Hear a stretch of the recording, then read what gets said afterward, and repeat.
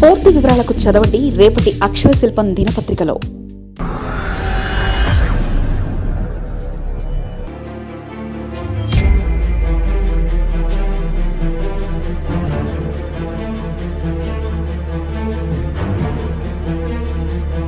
TDP పగ్గాలు చేపట్టిన లోకేష్, పచ్చపాటిలో నూతన అధ్యాయం ఆరంభం.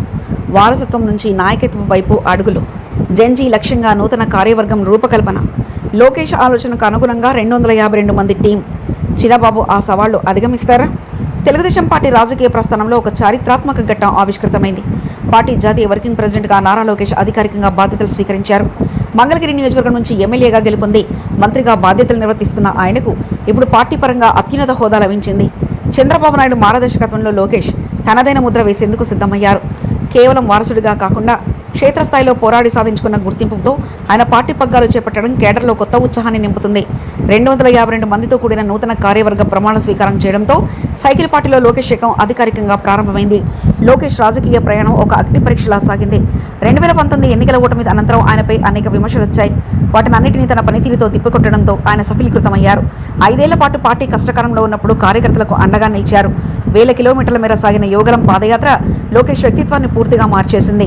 సామాన్య ప్రజలతో మమేకమై వారి సమస్యలను తెలుసుకోవడం, ప్రత్యర్థుల విమర్శలకు ధీటుగా బదిలివ్వడం ద్వారా నాయకుడిగా తనను తాను నిరూపించుకున్నారు. ఆ యాత్ర ద్వారా కేడర్లో నింపిన భరోసాని ఇప్పుడు ఆయనను వర్కింగ్ ప్రెసిడెంట్ హోదాలో నిలబెట్టింది. పదవి కోసం కాకుండా పార్టీ బలోపేతం కోసం ఆయన పడిన శ్రమకు ఇది అసలైన గుర్తింపుగా రాజకీయ విశ్లేషకులు భావిస్తున్నారు. నారా లోకేష్కి బాధ్యతలు అప్పగించడం వెనుక చంద్రబాబు నాయుడు దీర్ఘకాలిక వ్యూహం కనిపిస్తుంది. ముఖ్యమంత్రిగా బాధ్యతలు చేపట్టిన తర్వాత రాష్ట్ర పాలన, అభివృద్ధి పాలనపై చంద్రబాబు పూర్తి స్థాయిలో దృష్టి సారించాల్సి ఉంది. ఈ క్రమంలో పార్టీ వ్యవహారాలను నిర్లక్ష్యం చేయకుండా ఉండాలంటే నమ్మకమైన, చురుకైన నాయకత్వం అవసరమని భావించారు. అందుకే లోకేష్ను వర్కింగ్ ప్రెసిడెంట్గా ఎంపిక చేయడం ద్వారా పార్టీ బాధ్యతలను ఆయన భుజాల మీద పెట్టారు. చంద్రబాబు కేవలం దిశానిర్దేశం చేసే సూపర్విజన్కు పరిమితమవుతూ క్షేత్రస్థాయిలో పార్టీని లోకేష్ నడిపించనున్నారు. దీనివల్ల ప్రభుత్వం, పార్టీ రెండు సమన్వయంతో ముందుకు వెళ్లే అవకాశం ఉంది. లోకేష్ ఆలోచనకు అనుగుణంగానే నూతన కార్యవర్గం రూపొందించినట్లు అనిపిస్తుంది.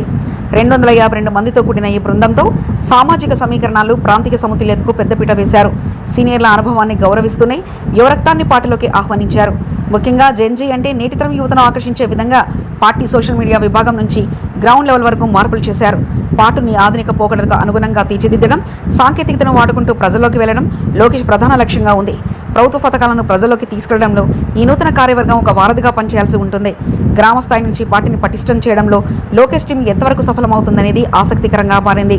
అధికారంలో ఉన్నప్పుడు పార్టీని నడపడం ఒక ఎత్తు, ప్రజల అంచనాలు అందుకోవడం మరో ఎత్తు. లోకేష్ ముందు ఇప్పుడు అనేక సవాళ్లున్నాయి. ఒకవైపు మంత్రులు, ఎమ్మెల్యేలను సమన్వయం చేస్తూ మరోవైపు కింది స్థాయి కార్యకర్తల అసంతృప్తి రాకుండా చూసుకోవాలి. 2029 ఎన్నికల లక్ష్యంగా ఇప్పటి నుంచే పార్టీని సిద్ధం చేయాల్సిన బాధ్యత ఆయనపై ఉంది. ప్రత్యర్థి పార్టీల వ్యూహాలను చిత్తు చేస్తూ క్యాడర్ను యాక్టివ్గా ఉంచడం లోకేష్కు ఒక అగ్ని పరీక్ష లాంటిది. పట్టుదలకు మారుపేరుగా నిలిచిన ఆయన తన పరిపాలనా దక్షతను పార్టీ యంత్రాంగంలో ఎలా చూపిస్తారో వేచి చూడాలి. ఈ నూతన అధ్యాయం తెలుగుదేశం పార్టీ భవిష్యత్తును ఏ దిశగా నడిపిస్తుందో కాలమే సమాధానం చెప్పాలి.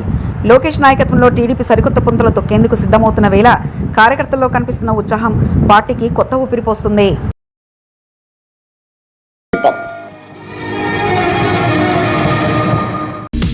పూర్తి వివరాలకు చదవండి రేపటి అక్షర శిల్పం దినపత్రికలో.